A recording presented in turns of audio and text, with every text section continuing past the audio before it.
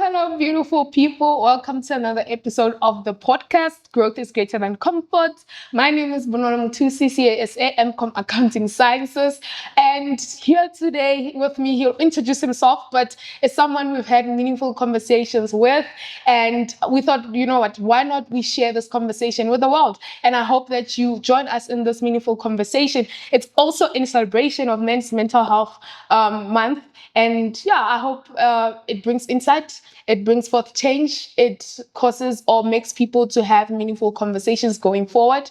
Yeah, man, over to you, Paul. Thank you so much, Bonolo. My name is Paul Wombo, also known as the White Leopard. I'm a chartered accountant. I'm a former SAICA, the top 35 under 35 finalist. I'm a former 2024 Global Change Maker and a finalist as well as a facilitator. I'm an investment banker currently. I have experience working in the infrastructure and water sector as well as the asset management space. And I'm a big advocate for men's mental health and mental health in general. And I'm so grateful for this platform, Bonolo, and to continue this conversation. Yeah. The title or the theme of today's conversation, as we had discussed, is Behind the Smile, right? Because I think me and Paul are people who've been part of so many initiatives, giving back to the communities or helping other people grow, or even the social club, the social network that Paul has beautifully built. It is because of the recognition or the identification that people really need community. People need, to become better versions of themselves. And they can only do that once they have the tools, the environment, and the people around that to help them become better versions of themselves. But in honest truth, behind all of the things that I believe we have done or are doing, sometimes there is that little girl, that little boy who has struggles that they have never talked about or are not talking about because they don't have that safe space. That's how the safe space was built, by the way.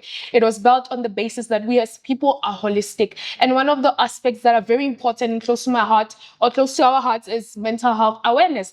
So for me, mental health means so much. I think for the longest of time, I was that child who was a perfectionist, who was an overachiever. But behind all of that was an insecurity. Because losing my mom when I was 5, you don't have, as a girl, you need your mother to teach you how to, I think, be feminine. But because I was raised by my brother and my father, and I had a lot of more male cousins, I think was developed in a way that, like, more masculine than feminine. So you build up this wall, and that wall for me came with like achieving so many other things, like being independent, hyper independent, even because of the rejection I felt when my mom passed. Not that the poor woman did anything, but her passing just felt like God rejected me. Like, why couldn't I get that opportunity to grow with my mother? And also my dad, kudos to him. Like, I never lacked anything, especially with my education. He didn't play. If I call right now and say, Dad, I need 1, 2, 3, he would have 100%. It's there because it's education. He never compromised. But it was also in the other things that he was not doing.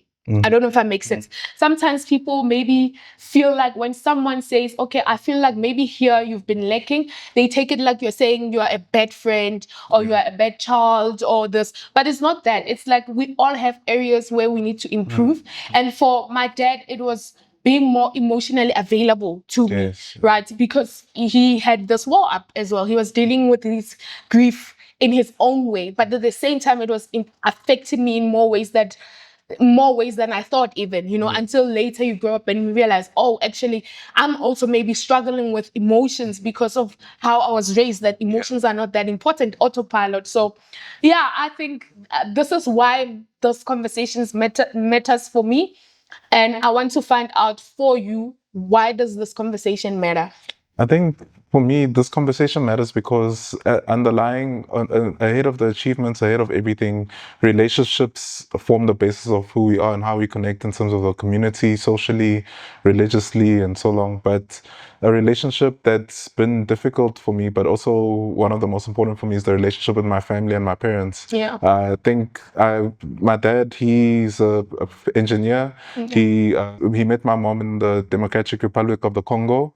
And I was born here in South Africa when they came with my older half siblings and so long. And from that point of view, there's so much that I'm grateful for my father, for my mother, for all the sacrifices that they've made and the bravery that they showed in terms of raising me and my siblings. Yeah. But there's also things where they might have fallen short, or the things that hurt me or hurt my siblings along the way that we struggle to talk about. And because we put our parents and the family in such a reverence, we struggle to talk against them, because the Bible says respect your parents.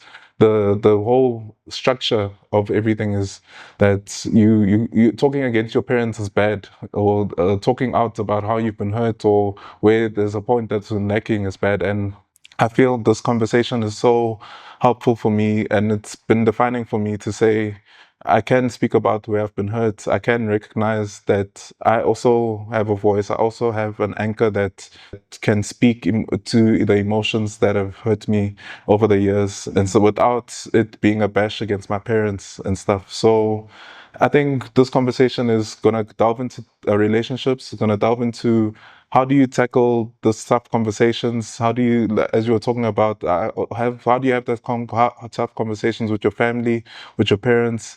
How do you have that tough conversation with yourself? Because there's points in myself where a big part I want to focus on is failure as well. I've failed in all aspects of my life at one point or another, and there's moments of great success with it. But then the view is because I failed, that I can't have a good self-image, or there's low self-confidence as well. So I want to delve into that conversation as part of mental health as well. Yeah, that is so good. I love the fact that you brought up the scripture, honor your parents, right? Honor your mother and father that you may live long. And I think most of us, if you are religious or if you were raised in an environment where respect is a thing that is given regardless and not end, it feels that type of way that you have to abide by everything. Yeah. For me, my dad, I think I'll give kudos to him here, because he gave me an environment. That's why I'm so outspoken. He gave me an environment, or built an environment, where I can say what I want to say, and he wouldn't hold it against me. Yeah. It was my responsibility of how I deliver the message. He will correct me and say, like, here, I think you were rude, or here, maybe you didn't speak right. But he was not that parent to say, you can't say anything to me and things like that. He operated on honesty. Like, one thing about my dad, you could say he was those people who would be like, the truth hurts, like, speak anyhow, but it was the delivery as well that he struggled with. Do you understand? So I think it all, like, the way you were raised or how you grew up and viewed things shapes and also influences how you live your life. So if you think the Bible is saying that you have to take everything that your parents say as simple truth, then maybe that's why you've operated the way you've operated, right? Regardless of what God says, authority is authority. That's what he means, that you have to honor them. Whether they are good parents or not, honor the position that they have as a mother and father, because they gave you life. But doesn't mean that you have to go to a point of now idolizing them, for example. But I'm really glad that you opened that up. For me, this conversation has been ongoing in my head when I realized how many things impacted me in my life. Last year, July, I had to literally admit myself. I called my psychologist. I was like, I can't do this anymore. Right? And it felt like a repeat of what was happening to my mother. And let me explain it this way. My mom passed away from cardiac arrest. That's what's written on her death certificate. But when you look at everything else, the root of everything, it was because she was carrying so much in her life. She was doing so much in her life. Behind the smile was actually a woman who was really struggling to a point where her heart had problems. So then one time when I was at Pick n Pay, I'm shopping for groceries, then I start feeling dizzy. And this guy, gentleman, helps me and is like, look, stay here, until you feel better to go home. I left and I immediately called my psychologist. I'm like, I think I need to get admitted. Why? It's because if I go to my sister's place, my sister is one of the trigger points in my life. Let's be honest, family is one of the biggest trigger points. Yes. Now, if I go to friends or this, I'm not going to properly heal. I'm not going to allow myself to be in it, because I know myself. You have to also take responsibility and realize that, okay, I'm Bonolo. I'm someone who has walls up. If I go and see my psychologist at her practice and then I go home again, back to default settings, there is nothing that is going to change, because when I get to my house, I live in my thoughts. and then I never get out of that rut. So for me, it was quite important to force myself in an environment where all I have to talk about is my feelings. Because there are certain things that when I talk to you, Paul, I realize that, oh, actually, I think I also do that. But when you're on your own, you don't realize certain things. So it's tough to acknowledge this or to admit this. Not a lot of people will know this because it's not something that I think we share about enough. I think there's a lot of content out there about mental health, but people don't really share about their experiences. That look, somehow that mental health is a big thing and all of that, but I don't think conversations that are vulnerable, that are letting people into, you know what, I'm Bonolo, but I still struggle with this type of thing behind the scenes, behind the smile. No, and I think behind my smile and behind the smile, I'm picking up so many points that I can relate to. And just thank you for your bravery, and thank you for speaking out about something that's so difficult. Speaking about like being a high performer and struggling to get out of bed or struggling to do this mundane task, that's something we all deal with. But I think you tying it to the point of speaking about self-confidence and your belief and motivation, it's important to try and figure out the root cause of that problem. I remember from being a child, I was always the child that was protected by their parents. My mom is like a very tough lady, and very sweet also. But when it comes to protecting her children, she will go above the line, or above, even beyond the law, if she wanted to. And I remember I was in grade 1. I just gotten dropped off at the school. And one of the kids hit me against a pole.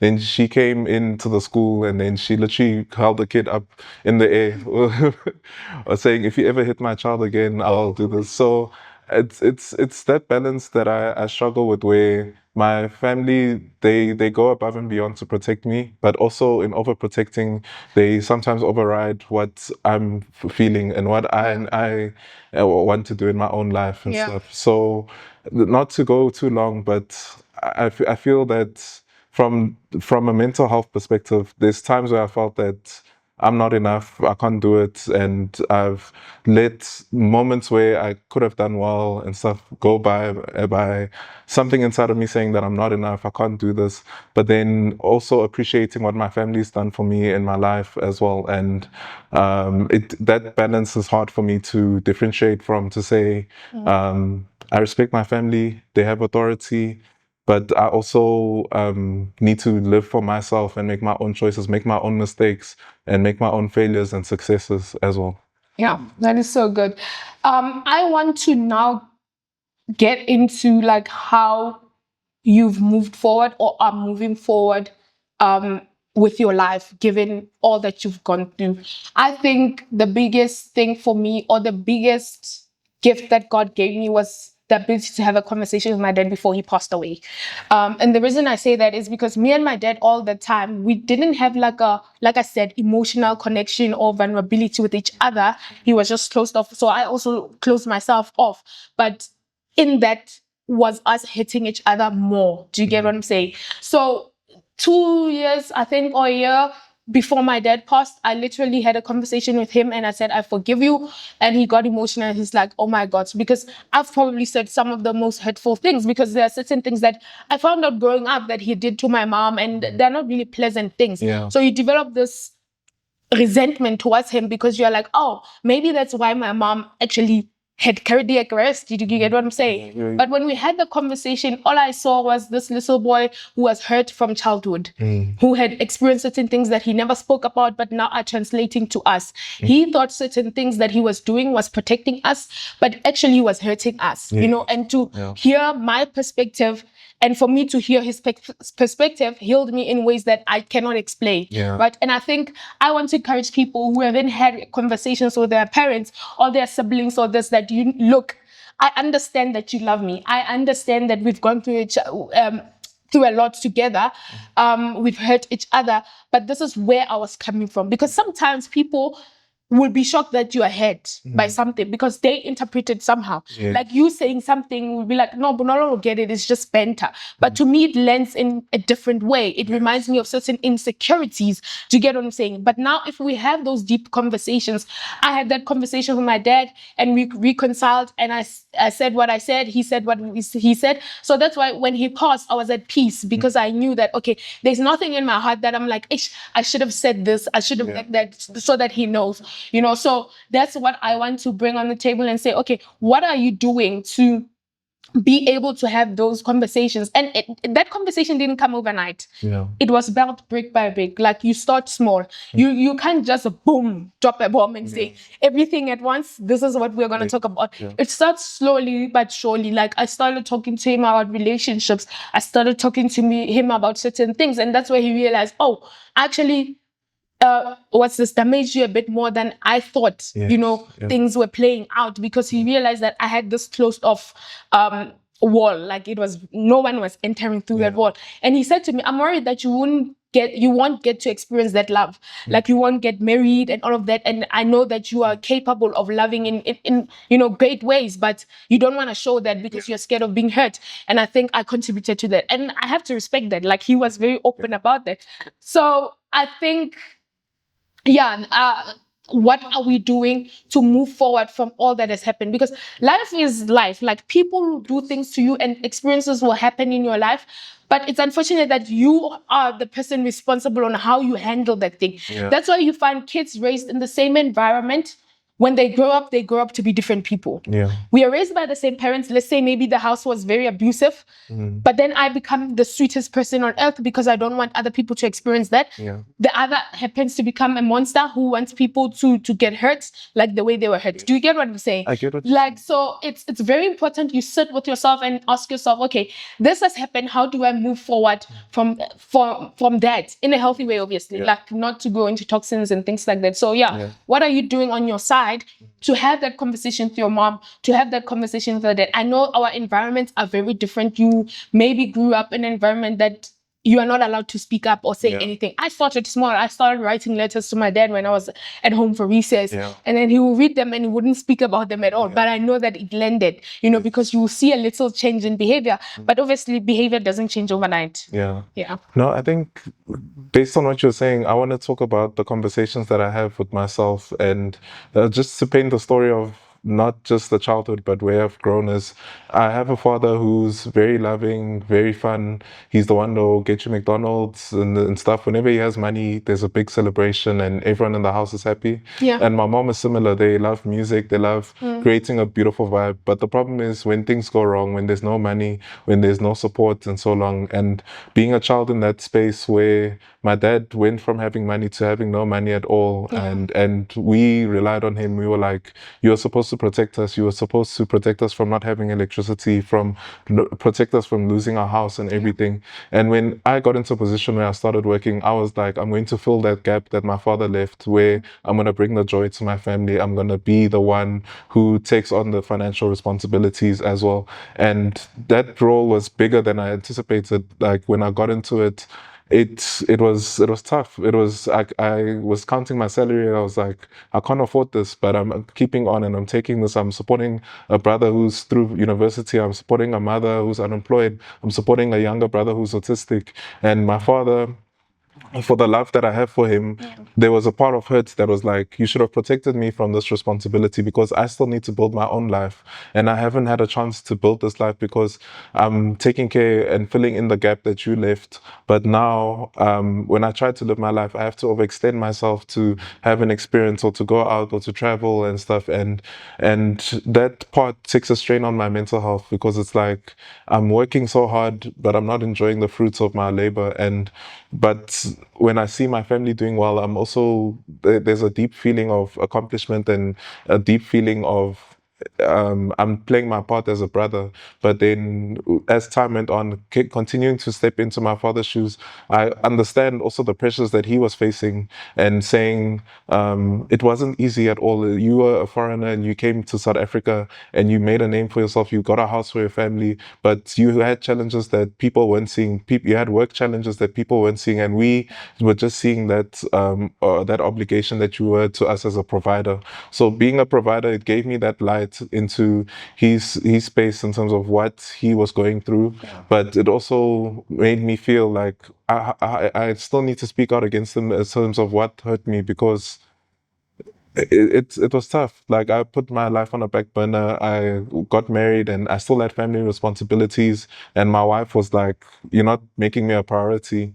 And I can't tell my family I'm not going to take care of you anymore." And um, it was difficult. I went through a divorce, and in those moments, my family was there to support me, but I still had those obligations. I didn't have the tools to properly cope with what had taken place in my mental health, because you can't stop. You still have to work. You still have to provide and everything. And as much as my family was providing me support and everything, I kept finding distractions and different ways to distract myself from the pain that I was feeling, to the point where the pain was so much, and I kept distracting myself with things that were good initiatives, like the social club, being a brand ambassador for different things like SAICA, for work and everything. But I never really got to say who's there for Paul, who's looking after Paul. And the more that I didn't look after myself, the more the problem became bigger, where I just was lending myself to providing to all the spaces except for myself. And it led to a mental breakdown where my family had to step in and admit me into a mental facility, where I was for close to 3 weeks. I wasn't looking after myself mentally. And now I'm in a space where I'm understanding myself a lot more. And I have my family to thank. And it forced me into a space where I had to have that difficult conversation with them to say, I'm not doing okay. I can't provide. I can't do all of these things. And I almost blame myself. It's hard to blame myself for not taking care of myself, but I need to also take accountability and say, no one's going to look after your mental health if you don't look after it. No matter what you do for people, they won't say that we asked you to do this and everything. You need to make choices that you're comfortable with, and your life is the sum of your choices and everything. So from that point of view, I'm in a space of recovery. I'm in a space of healing and so long, and I'm slowly but surely taking steps to take care of myself. And part of that is what you're saying, having those difficult conversations and saying, I can't do this, and I can't be this perfect son. I can't do this, and I can't be this perfect brand ambassador or whatever. But once you look after yourself, then you can give from a cup that's not empty, and you can come from a space where you're taking care of your mental health. Yeah, that's so good. That's so good. You said so many things there, but if we get into all those points, I don't think we'll finish. For me, my closing, I don't want to say remark, but the thing that I want us to discuss, I want to hear your perspective from a guy's point of view, is it's very important for men to realize that they are built or they are born to be leaders. I know it's difficult. Maybe if you grew up in an environment where your leadership skills were not developed, or you were not told that, you know what, I'm proud of you, or you're doing good in this. Like a lot of guy friends or guys around my life, we've had this conversation, right? I think men need to speak up a lot more. Yes. And maybe surround themselves with people who are willing to hear them out, because you can't be associating yourself with people that are gonna encourage the behavior of shutting yourself down and then expect yourself to be someone who speaks up. You're not going to, So it is very important for people in general to sit with themselves. I know it's difficult. Some of us don't want to face our demons, but unfortunately, if you don't face your Goliath, it ends up being bigger and bigger and shows up in all the other areas of your life. You start being this insecure person at work. That's why we have people in the wrong positions, or people who lack people skills right now, because there's a disconnect with the being. There's a disconnect with yourself. So this topic is close to my heart, because that's why we have things like gender-based violence. That's why we have murders, people killing each other, because the feeling that was so small, it grew and grew and grew and became a big thing that got out of hand. Do you understand? Yeah. And that's why it's important for other people as well, like the women around the men, to allow them the space to be vulnerable and not use it against them. And that's why I think some people don't open up. Is that a thing of I tell you something in confidence and then later in an argument you use it against me, then I don't feel safe, then I withdraw. Exactly. But you build up that safe space for yourself. It starts with you being vulnerable with yourself and saying, am I really okay? Or am I just putting up this smile as a show? You know, exactly. For me, the biggest thing was always caring people, but never checking in with myself. Like, how are you, Bonolo? Exactly. You know, I'll always ramble when someone asks me how I am, because there's so many things that are overwhelming me. Do you get what I'm saying? Yeah. It's very important, guys, for men to take up their roles, to take leadership, to take charge of their own mental health and say, you know what, I'm really not okay. And know that it's okay to not be okay. Yes. I think, yes, society has also built up this ridiculous standards that, you know, a man in daughter must and things like that. And when I have conversations with people, I'm like, you can't have expectations of someone else when you aren't able to meet those standards yourself. Yeah. Like, I can't expect respect from my partner, but I'm not someone who respects myself or respects him. Yeah. Do you get what I'm saying? Yeah. It's a give or take thing. To become healthy, everyone needs to be working together. Yes. Because I promise you, when you go back to your family and you're starting to become healthier in terms of your mind, your soul, your heart, when you go into that environment, you will feel it. That shucks, this is actually very toxic, you know, because those feelings come back. That is why it's a journey. Yes. You don't wake up overnight and they're like, okay, I'm Paul. I'm the healed version of Paul. But yeah, that's the thought I wanted to leave people with. I don't know what you want to say as your closing remarks. I hope people continue to have this conversation or dive deep into this point that I just raised. Like, check in with yourself. Start with you, because we are always focused on the other person. Yeah. Like, are you okay? But you never ask yourself, am I okay? Yes. I think I'm deeply moved by what you're saying there. And I think to add my closing remarks is to touch on that point is, men, we need to speak up. It's okay. We are enough. It's okay to fail. It's okay not to have the money that you want. It's okay not to be in the job that you thought you wanted to be. It's okay to feel that you have failed, and our sympathy and our empathy, rather, will come from the fact that we are real with ourselves and real with the people around us. Your child, as me, as I value not a paycheck from my father and so long, but rather knowing what were you really experiencing, what were the challenges that you're actually facing and stuff. So I think for your families, for your friends, for your siblings, your co-workers, they'll appreciate more authenticity, speaking out, being real about your struggles, being real about taking ownership of those struggles and moving on from that, instead of using distractions such as money, food, drinks, all these things and stuff. So that's my parting words. I say, let's speak up, let's be honest, let's be real, and let's accept that we are enough, even with failures, even with distractions, even with our shortcomings. We are enough, men. Yeah, that was a lovely conversation. Thank you, Paul, for joining me in this conversation. Thank you, viewers, for joining us in this conversation. We would like to hear from you what you guys think. You know, how are you improving, or how can we improve? Yeah, man, this has been a beautiful conversation. Thank you. Thank you, Panolo.